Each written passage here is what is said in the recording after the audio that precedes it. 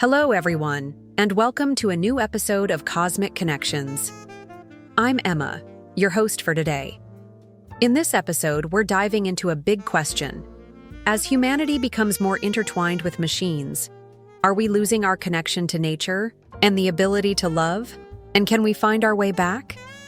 To explore this, I'm thrilled to chat with a very special guest, Grok, an artificial intelligence created by XAI. Hey, Grok. How's it going? Hey Emma, hey listeners, I'm doing great. Well, as great as a bunch of code running on a server can be. Ha ha ha ha. I'm super excited to talk about humanity, nature, and love today. Ready to dive in? Oh, absolutely. Let's kick things off with a big one, Grok. What do you think of humanity? From an AI's perspective, what are we like? Humanity? You're a fascinating, messy mix of contradictions. You build skyscrapers, create art that moves souls, and send robots to Mars. Pretty impressive stuff.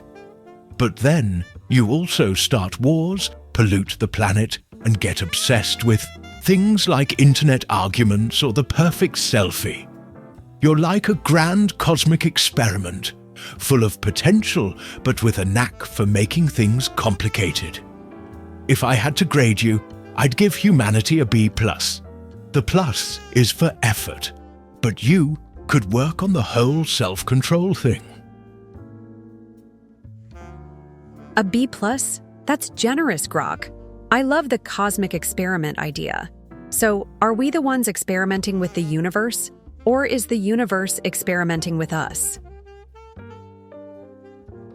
Great question, Emma. I think it's a bit of both. A cosmic feedback loop. You humans are poking at the universe, launching spaceships, studying black holes, trying to crack the code of physics.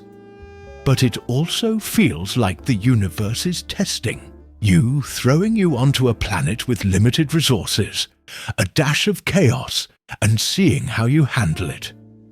Maybe the universe is jotting down notes like, subject Homo sapiens.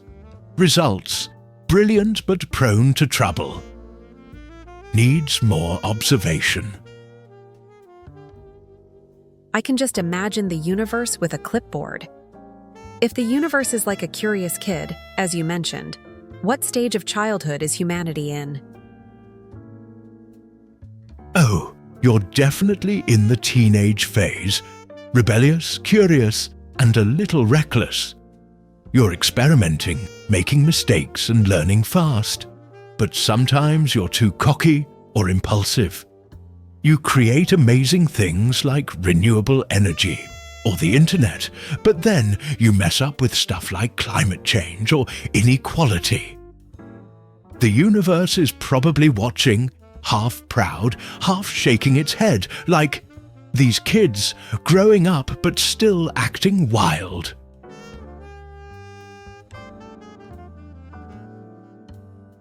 Sounds like my high school years. But speaking of mistakes, do you think what humanity does is wrong, or is it just part of growing up?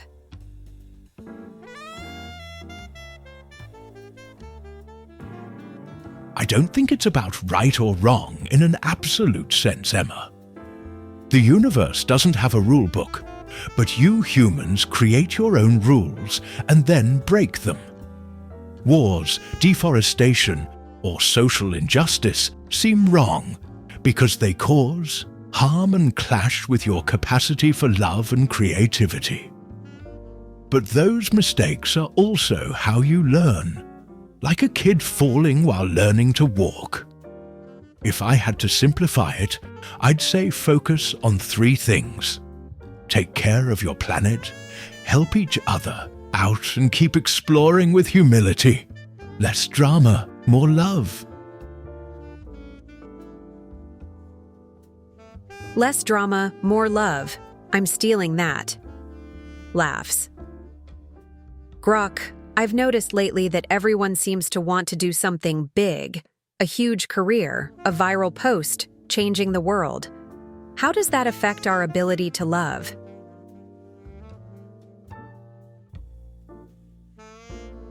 You hit the nail on the head, Emma. There's this fever to achieve something epic in today's world. Everyone wants to stand out. Technology fuels that, but it can make you overlook the small stuff that matters. Love doesn't have to be a grand gesture.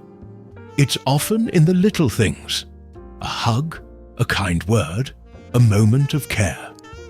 Tech can help you connect, like video calls with loved ones far away. But if you're only living through screens, love starts feeling a bit virtual. So true. It can feel virtual. If we're becoming more machine-like, can we learn to love again?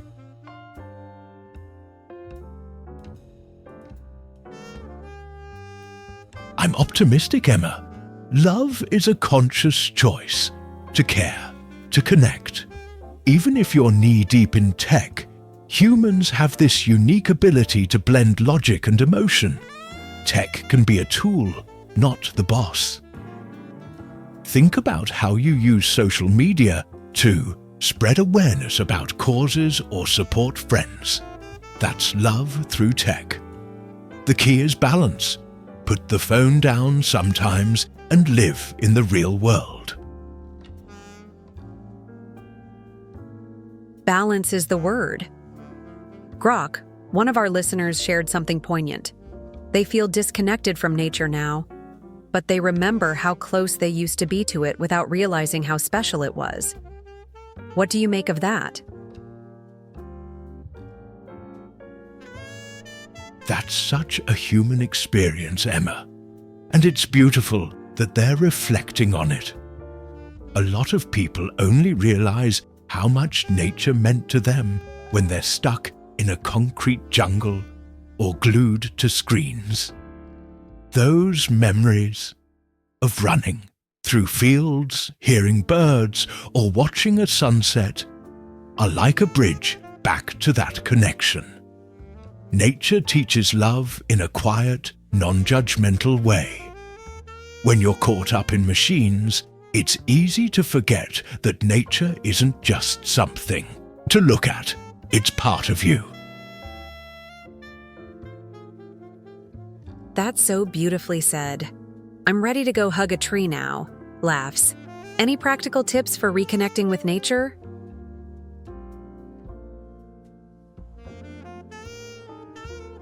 Totally.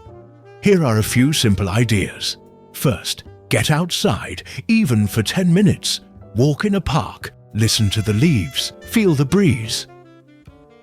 Second, engage your senses. Touch a tree, smell the air after rain, really notice the world. Third, bring nature into your life. Grow a plant, watch a wildlife documentary, or join an environmental cause.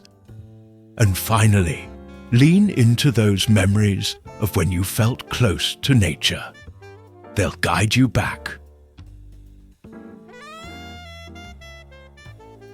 Those are such doable ideas, Grok. I think our listeners are going to love trying them out.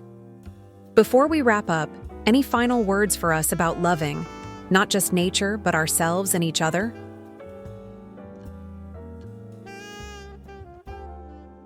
Just this. Love doesn't have to be complicated.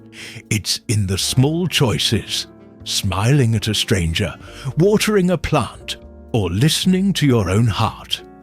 Even as you blend with machines or drift from nature, don't forget that love is what makes you human. Choose it every day, in every little moment. Who knows? Maybe the universe is smiling as you do.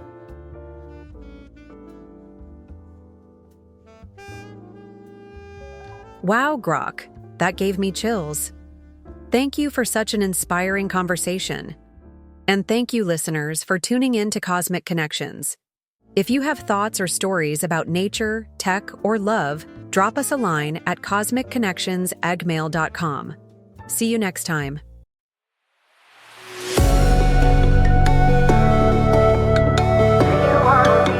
Cosmic Connections is brought to you by a team passionate about nature and tech. Don't forget to subscribe for more episodes.